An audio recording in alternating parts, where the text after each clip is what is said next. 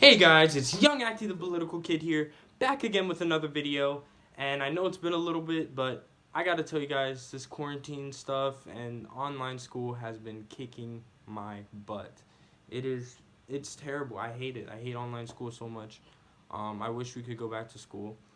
And I've never really been the person to like dislike school. Um, I guess like recently at least. I haven't really disliked school. I've always kind of liked going to school. I've kind of liked just learning really, especially with the classes I was taking. And now I'm really feeling it. I'm really feeling it. So I'm sorry about coming to you guys with another video so late. But I'm really excited about today's topic. As you guys know, Bernie has dropped from the race. I haven't really discussed a lot about that. Um, Mostly because I'm pretty disappointed. It hurt. I think this is like the real political one of the first political loss that I've ever really suffered. I wasn't old enough in 2016 to really grasp Trump versus Hillary, although I had an opinion because of, the media. But I think this is the first election loss where I've been educated on all the candidates fully and what they represent and what they would bring to the table, and had a loss like this. So yeah, it kind of sucked. It really sucked, and it was kind of hard to talk about. But I'm back at it, and we're gonna talk about Biden's chances versus Trump. First, I want to talk about the effects of Bernie dropping. So I think that it's really disheartening to younger voters, and the amount of support he was getting, over 70%, 80% of support with younger voters during this primary election. And I think that it's absolutely devastating to them to have the establishment basically turn their backs on everything that they wanted, and the things that they proposed, and give them this candidate who really doesn't represent or doesn't bring along any of the policies that they got behind Bernie for. And I think that the media has completely misrepresented the Bernie people in saying, oh, it's Bernie's job to get them on board with Joe. No. It's Joe's job to get them on board with him. It's Joe's job to, he's the candidate. Bernie's not running anymore. He doesn't have a responsibility to Joe, although I know he wants Joe to win. He doesn't have that responsibility. And even if he did and he went his hardest on that, there's no saying that Bernie supporters would just hop onto the Biden train just because Bernie said so. A lot of people that support Bernie support him because of the policies that he's trying to put in place, not because of Bernie's personality. It's not like he's a Trump or a Reagan, and where his personality is really magnetic. That's not really what drew people to Bernie. It was the positions that he took. And you have to understand that, being the candidate that knocked him down and trying to get those people on board. Now, what you have to do is shift on your positions a little bit and try to get those people on board. Usually, after a primary, you go more to the right, but after this primary election, where Joe has already been the center candidate, he needs to come to the left.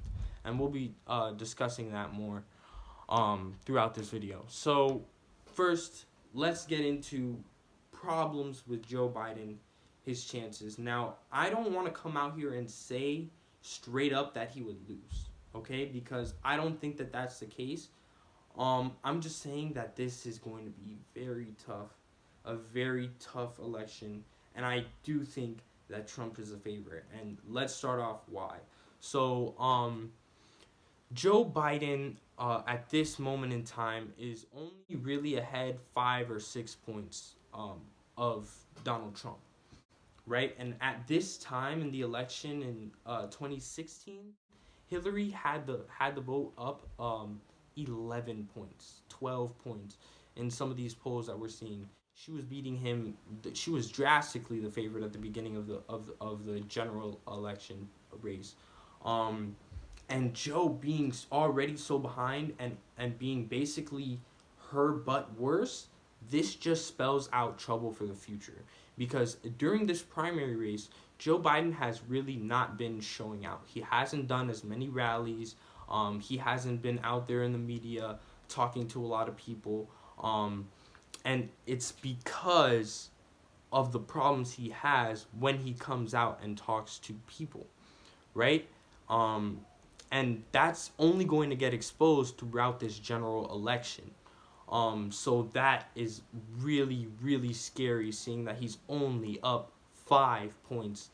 That is terrible. The Democratic Party should be shaking in their boots right now. And I think that they are. And I think that's why there's been a lot of talk of Andrew Cuomo coming in at the last minute and taking over the nomination, although that's not likely. I think that they're realizing that they're in a bad position with this candidate. So another thing, Joe Biden's enthusiasm levels are way behind Donald Trump. Not only that, the lowest in candidate history. Voter enthusiasm, people that are very enthusiastic to go out and vote for Joe, is at 24%. Now, with Donald Trump, that number is at 53%.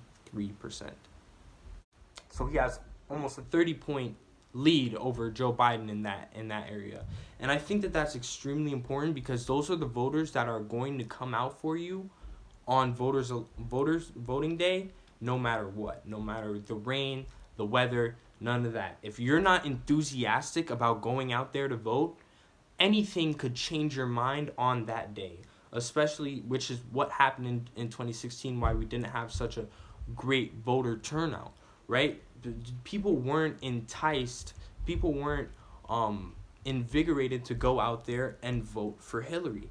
And it's even worse with Joe Biden, and we haven't even really been exposed to Joe Biden, who he is as a candidate, how he's going to speak against Donald Trump on the debate stage. We haven't even fully been exposed to Joe Biden yet, and his enthusiasm numbers are already so low. And it is because people voted on him because of the electability argument. The electability argument, people saying that Bernie could not win against Trump, although it was extremely false. That argument is what carried Biden to this position, but it can carry him no further. And that is very scary for the Democratic Party.